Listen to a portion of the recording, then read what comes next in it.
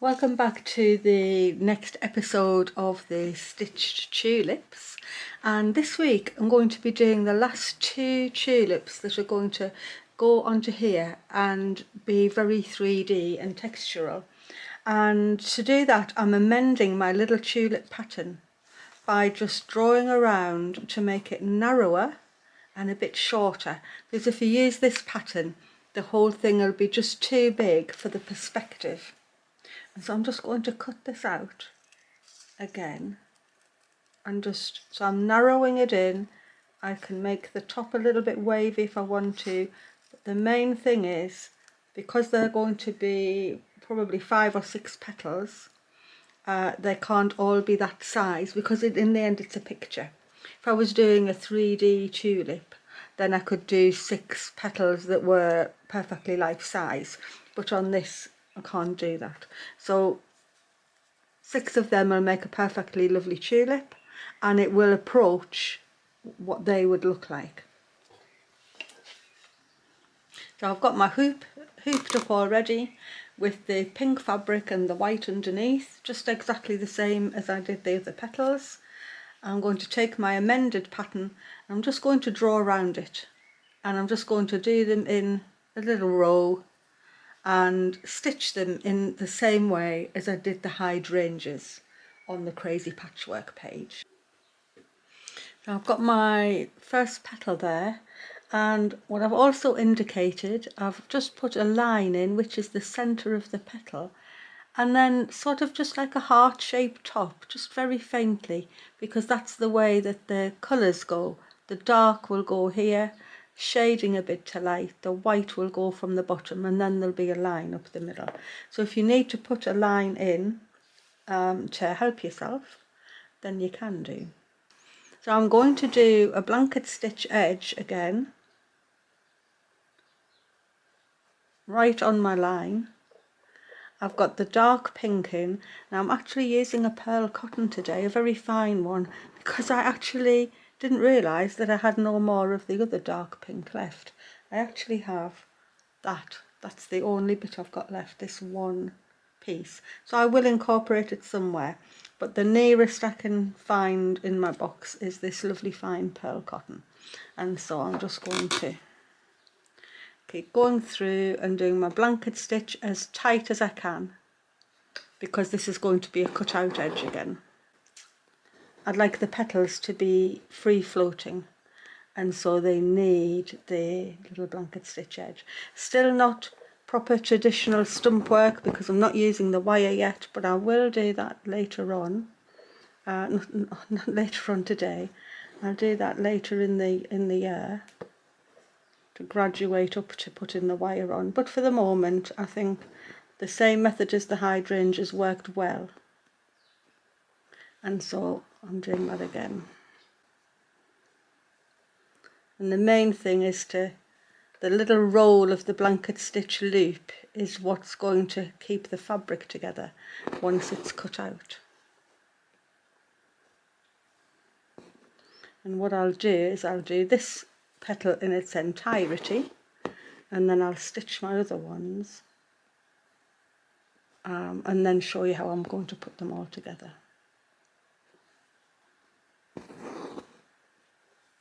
And I'm just starting to angle the stitches around so that they are going to go in the same way as the petals veins, which would all be coming from the middle like that. So you have to keep that in mind. In fact, you can, if it helps you, you haven't done this type of thing before, you could actually put the lines in. But as I'm probably going to leave some of my pink on show, I'm not going to draw all of the lines in. I've only got lines where I know I'll be covering it up with stitches.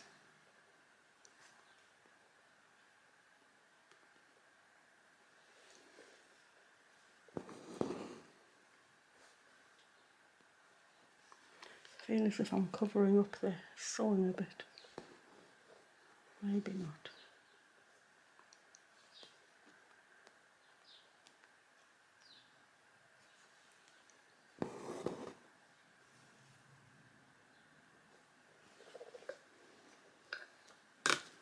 been enjoying seeing the comments you've been making on my stitched vessel.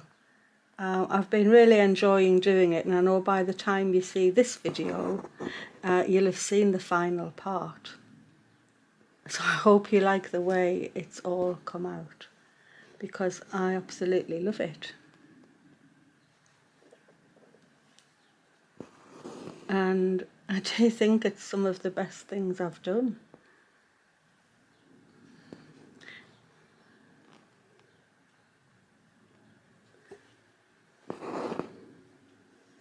So I hope you like it.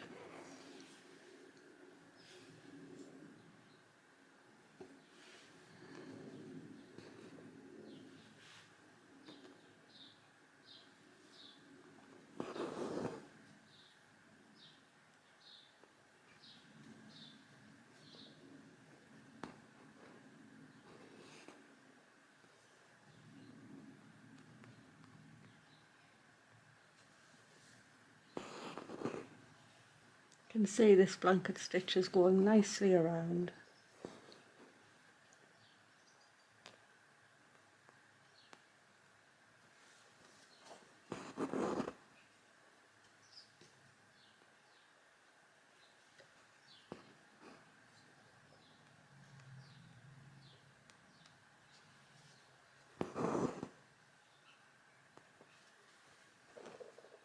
So if you're not stitching in the pearl cotton and you're still on your stranded cotton, I would say 3 strands would be great for this. I think you could do with 2, but I think 3 strands would work really well. I actually thought I must have put the little bobbin with that thread on. I've looked all over because I couldn't believe that I actually just had that bit left. And I can't find the bobbin, so unless I've put it somewhere or it's dropped, because I wouldn't have thought I'd have started knowing I only had a little bit, but you never know, I might have done.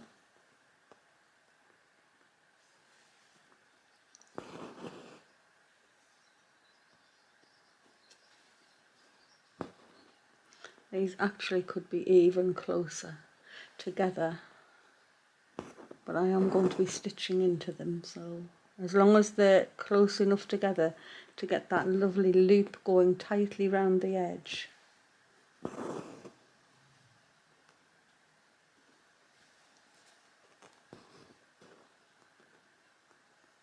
And I do still want to keep that sort of looseness of stitching that I had last week, because I really like that. It's lovely to do really fine, tight embroidery, but sometimes you just want to be able to go with the flow, and I felt that the tulips wanted something a bit more loose. And just thinking of how lovely they are when they fully open up and their petals are sort of flopping all over the place, and you see the insides of the colours looking absolutely gorgeous. I just felt like they wanted that bit of a loose stitching. If you want to do some perfectly wonderful long and short stitch, then go for it. Right, I'm going to finish there with one more stitch and do a different colour for the bottom part. I don't want the pink to go all the way down, so I'm going to take my thread down to the back and come back up here, and I'm going to stitch in to the blanket stitch where the little gaps are, and again with a loose stitch just tighten my hoop up a bit. Felt a bit slack there. That's better. So I shall stitch in back up into the blanket stitch gaps, and again I'm just going to angle the stitches as I come round. Nothing difficult, just angle your stitches in and fill in where the little gaps are. and I'm noting now the little sort of heart shape that's there. And I think what'll happen is these little petals, they'll curl quite naturally when they come off the hoop, in the same way as the little hydrangea petals curled up. So that's what I'm hoping for anyway. I've never done them without the wire in, but I think it'll work.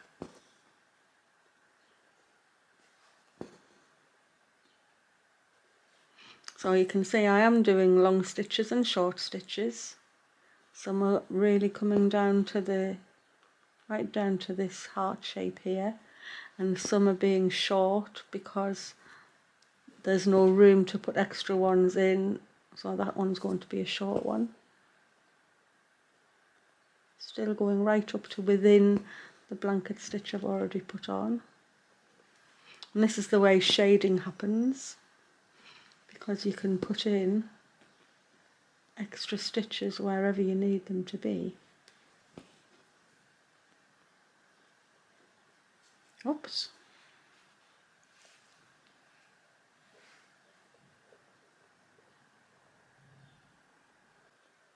I'll make that the last one. I'll just come up in here. I'm actually just going to thread through the top.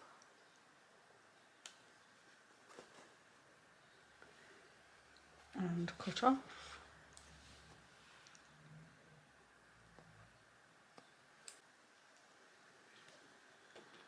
So at the middle, what I'm actually going to do is come a bit further down to sort of get this heart-shaped marking.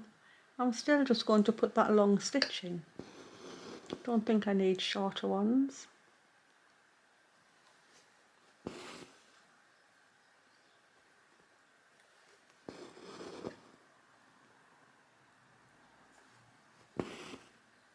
I might come back round.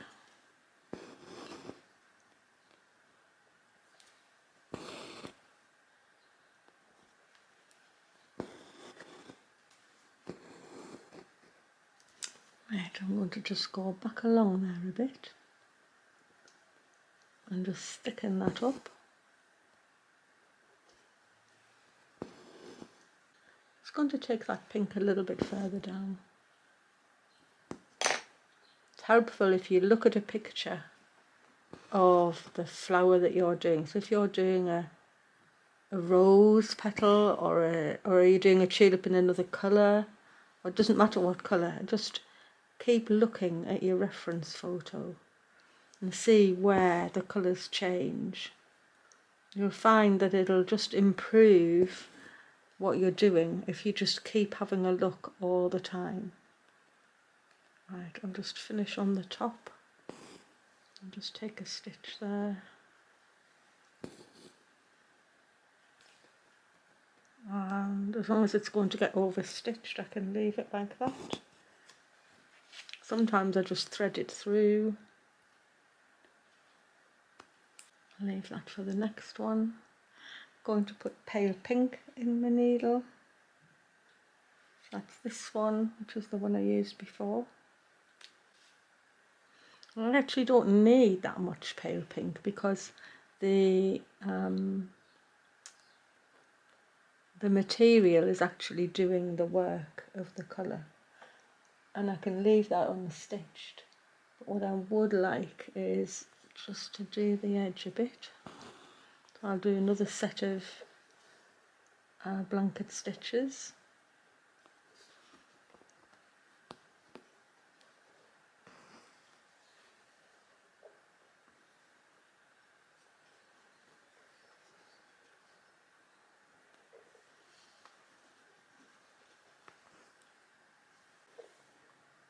Go down onto the dark pink, and then just do a few stitches that are in. I don't want to, definitely don't want to cover up all of the pink fabric. So I'm just going to loosely put some of these in, but I'm going to take them up into the dark pink.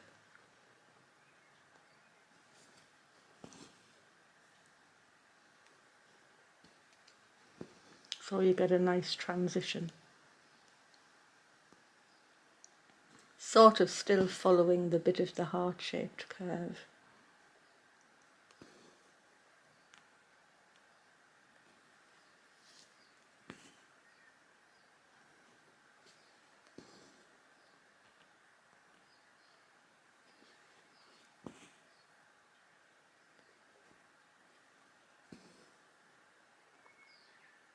Come on this side and do the same. Actually, I don't know whether I need more than that. I think that's quite nice the way it is.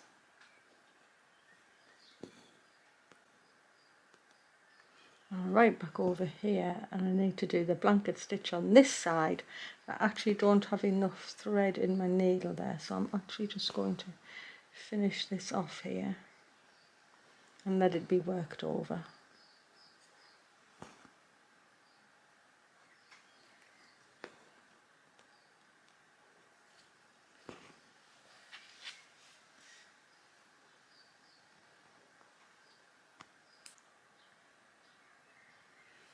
Okay, I've got 3 strands. I should have said before, I'm on quite a long needle, but it's a nice slim needle with a really sharp point.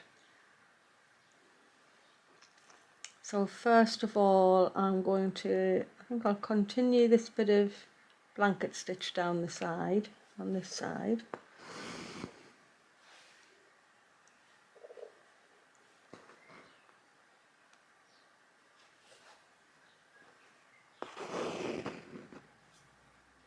And then my edge will be totally done.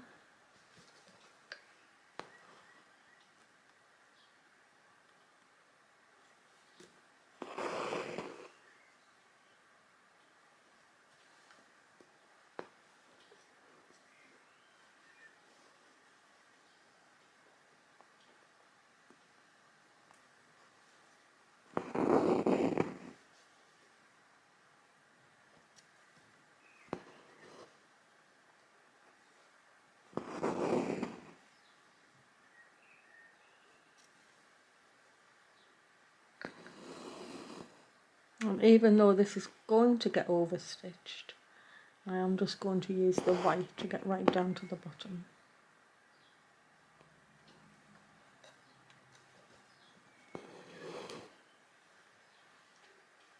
And I'm going to lie some really nice embroidery stitches up over that. I'm going to get the top edge going first, so just up into here a bit.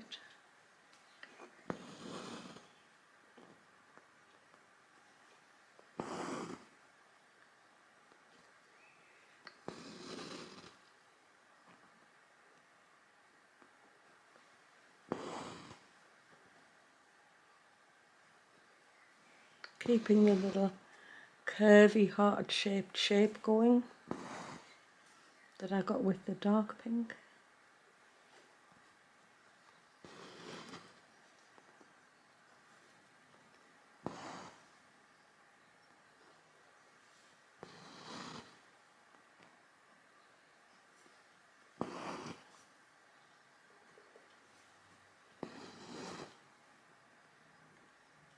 And then I'll just fill this in a bit towards the bottom.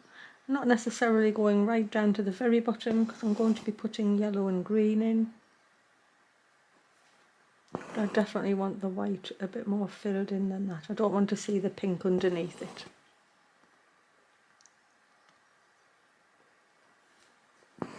So I'm coming down into the base this time instead of up.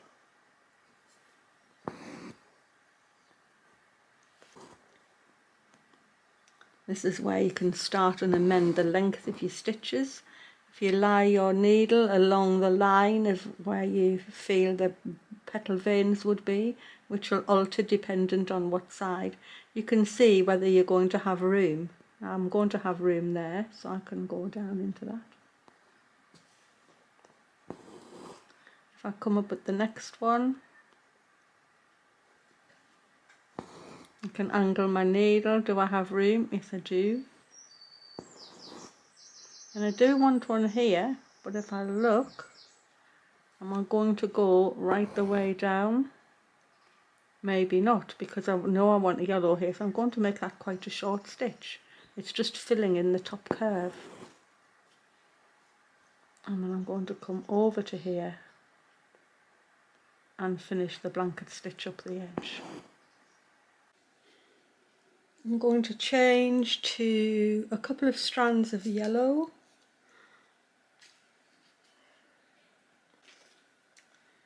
And I'll put in the very middles of where the colour changes from the very centre, and then I'll finish off with the green line.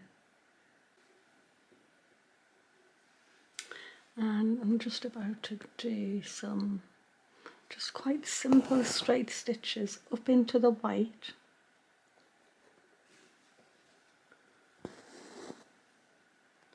And just put them in where I feel they need to be. I don't need very much, but it'll make a difference.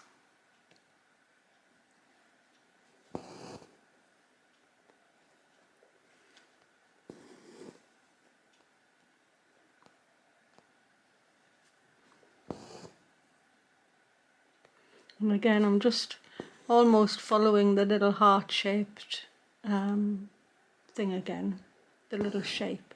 So I'm doing some slightly longer ones in each half of the petal and leaving it shorter right at the middle.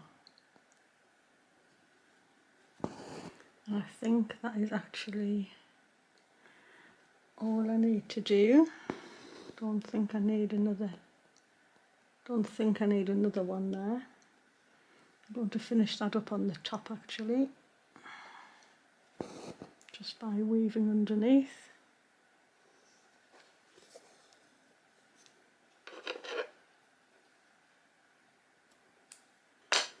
And so when I'm doing the rest of them, I'll do the pink on every single one, and then the dark pink on every one, then the light pink, then the white, and I'll do them all like a little chain, sort of a little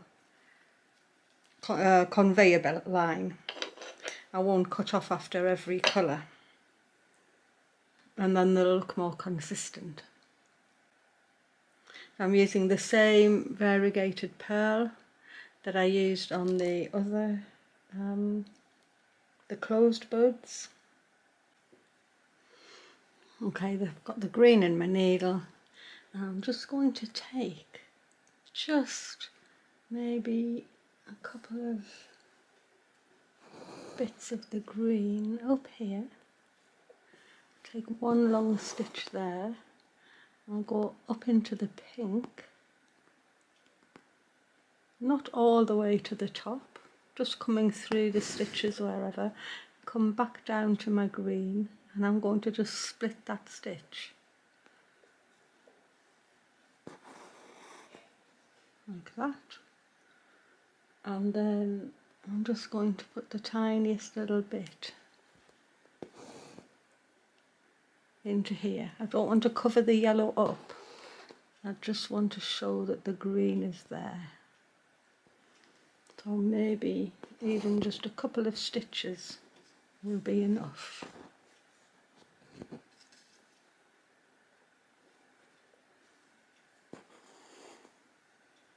Maybe one more on that side.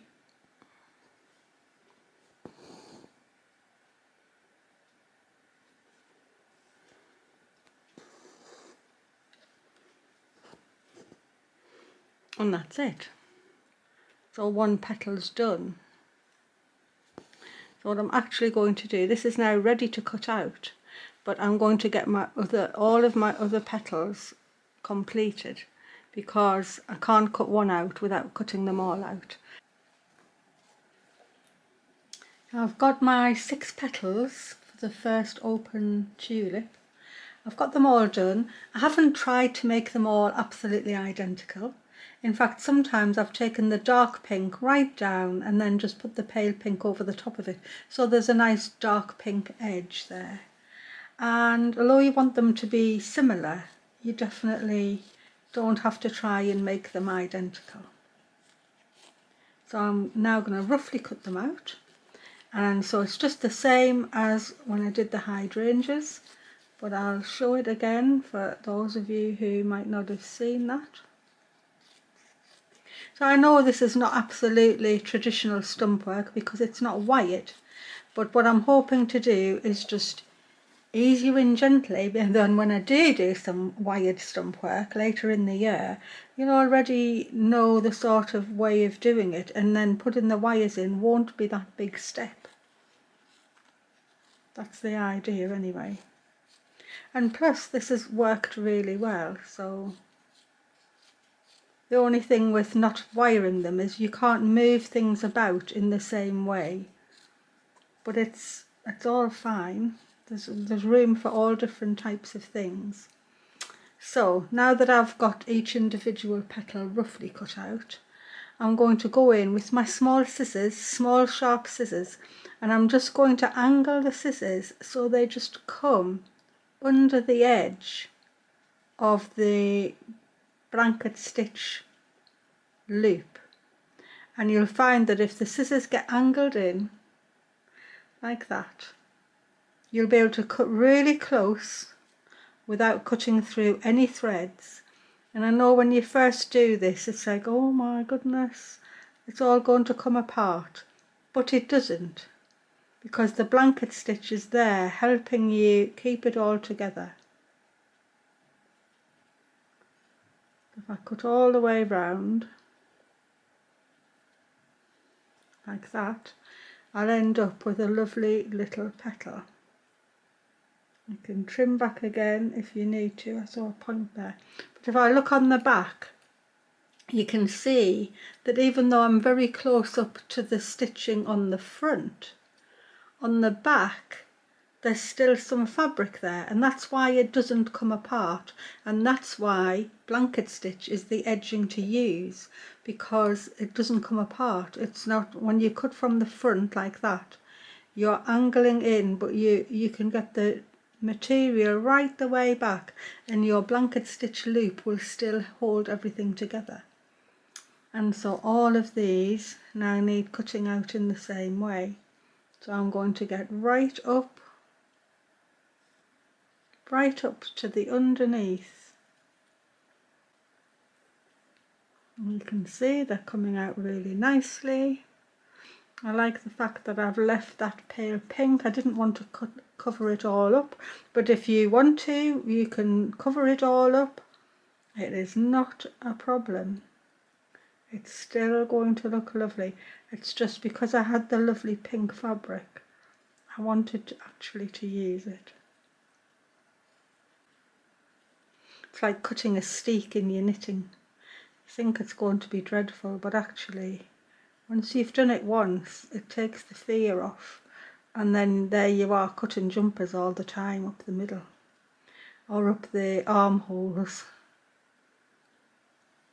Okay, so I'm going to actually set up for applying them. I'm going to find some nice thread to make the stamens. I'll bring my page in, and I will find my threads I'm going to use. So I've brought my brown piece of 6 strands up near the middle of the green line, and I'm just going to take a small stitch about maybe a 1/4 of an inch long to make the top of the stamen, and I'm going to do that again, make 2 little lines, and then I'm going to come straight down to the bottom. So there, I do it at the top. I'll go through at the bottom of my stitching. Oh, it's pulling it through all the stitching. There we go. And I'm going to use this brown just to tack it down, and you will find that these have curled up really nicely. So I find out where this first one is going to go, and I think it's going to go, I'll just check again. Just make sure you're going to put it exactly where you want. Okay, I'm going to start it there. Now, I did have another way of putting the stamens on, but it did involve wrapping wire, and I thought maybe it was a step too far at this stage. But if you were someone who's already done some stump work and you're happy working with the wires, I had that bit of wire, just this fine bendy stuff, and I nearly decided to wrap the wire, just put a little bit of glue on and wrap the wire, and then make a little lump at the end, and that would have been a beautiful stamen that would have stood proud. But for in a book, I think it's better just to have it flat maybe. I'm going to put that on.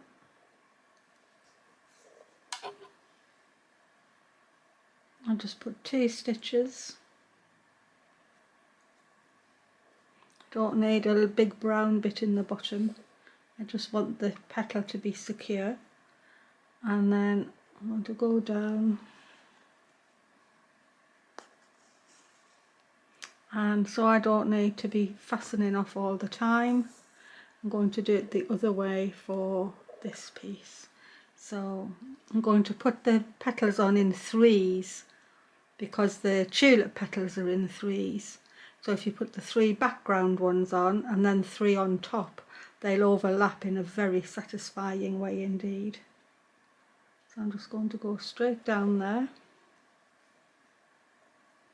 Or you can use green for the stamens, just the same. They sort of darken as they get riper. I thought the brown would be a really good contrast. So I'm going to do 2 stitches again.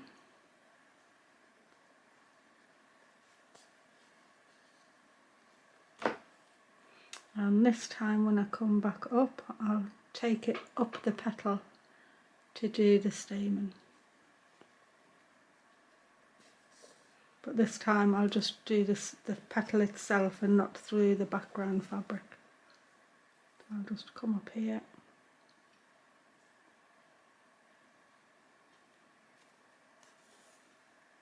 And then I'll do 2 stitches together to fatten the end up.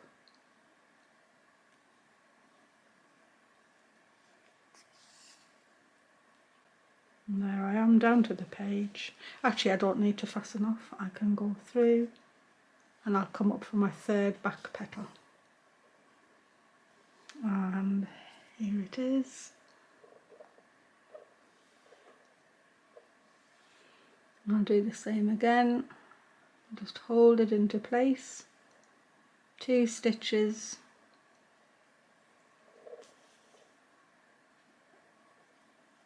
One and 2.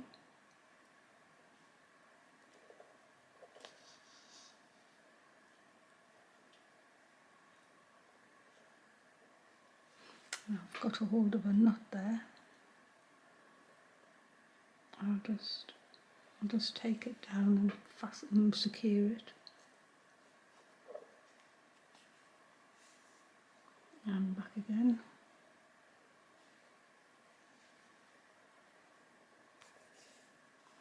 And then I will go up the petal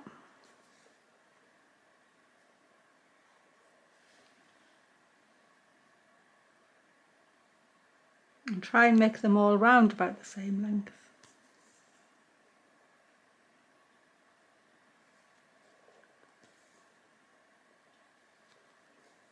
That's 1 and 2.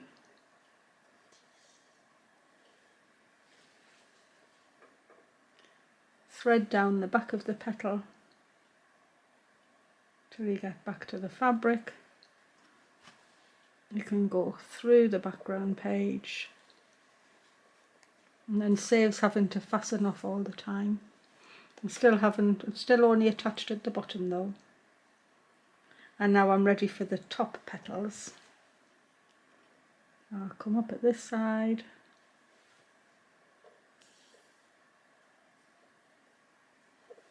I'll get my next petal.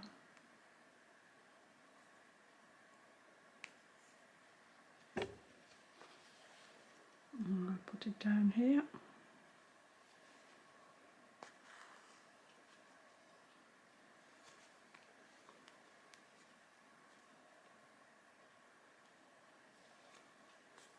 Right back up, arrange them so you like the way they're arranged.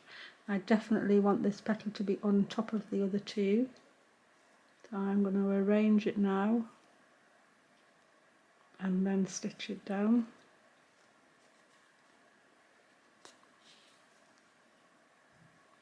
And then come up for the stamen.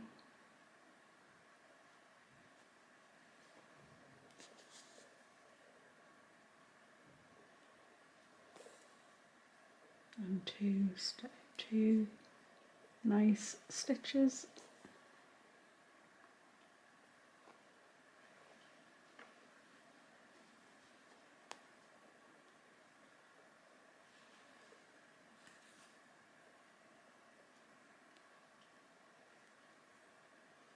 And back down into the base.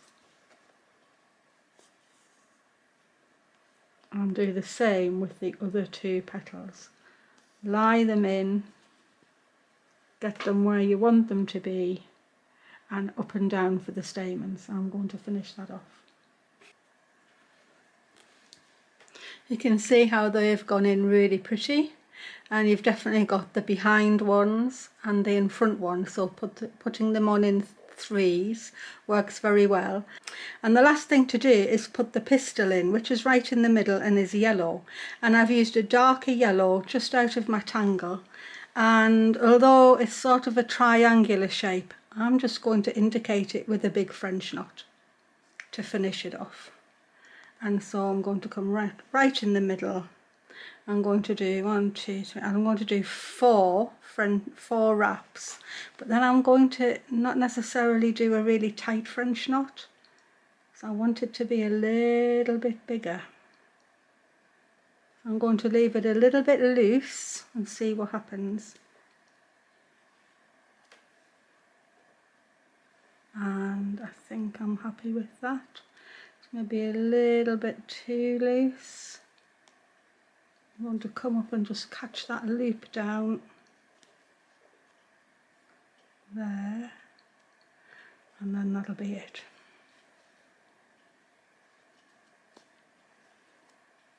Lovely. Okay, and that's the finishing piece for the open one. So I'm actually going to do another open flower here onto the end of this stem. Maybe not quite so open as that, it might be curled up a bit more, but I'll show you that right at the very end. Well, here's the finished page, and I got my second open flower on. But what I've done with it is I've just bent these two petals over using the stamen thread as a little gathering thread. And because when you put them on, you've got the right side, which is facing upwards, and then the back side of your embroidery. On this open one, all of the right side is facing upwards because the petals are flattish to the base fabric. But on this one, I wanted to curl them over a bit, and so what I did in the end is I've put 4 petals on just in exactly the same way as this, but these 2 curled over petals here, that's actually the front of the embroidery, so I've actually turned them round, and the back side of the embroidery is actually in the inside. I still put stamens on. Don't know whether I can show you. I still put stamens on, but I used the stamen thread to just gather them over so that they could look like a half open flower instead. So I hope you're seeing that really nicely. But I'm over the moon with that. And so that now means that that double page spread, which I can open and show you, has got the stump work on both sides. And I think that's why I was doing it on the tulips, because I'd so enjoyed doing that bit that I felt as if I wanted to carry on doing more. So that's the finished vase of tulips. I hope yours comes out just as beautifully, because that one's come out really nicely. And so I'll be starting this page next week, and I'm going to go back to more flat embroidery and some new stitches. So I think I know exactly what I'm going to do, because it was nearly going to be this page, but because I knew I wanted to do tulips and they'd be over by the time this page got finished, I swapped the pages around and did the tulips instead.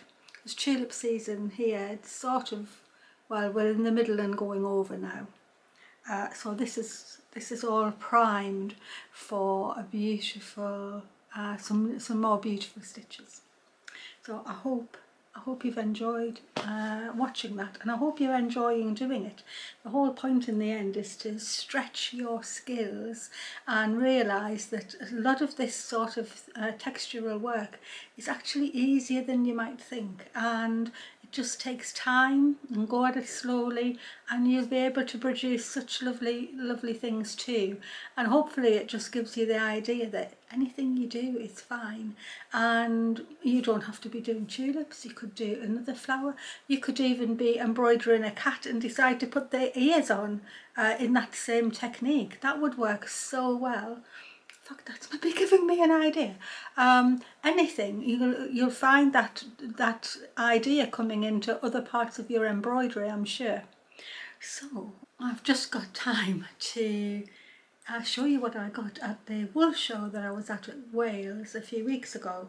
There just hasn't seemed to have been time to show you what I got. I already did show the threads that I got from Kate's Cloths, and I've been using them, they're really lovely.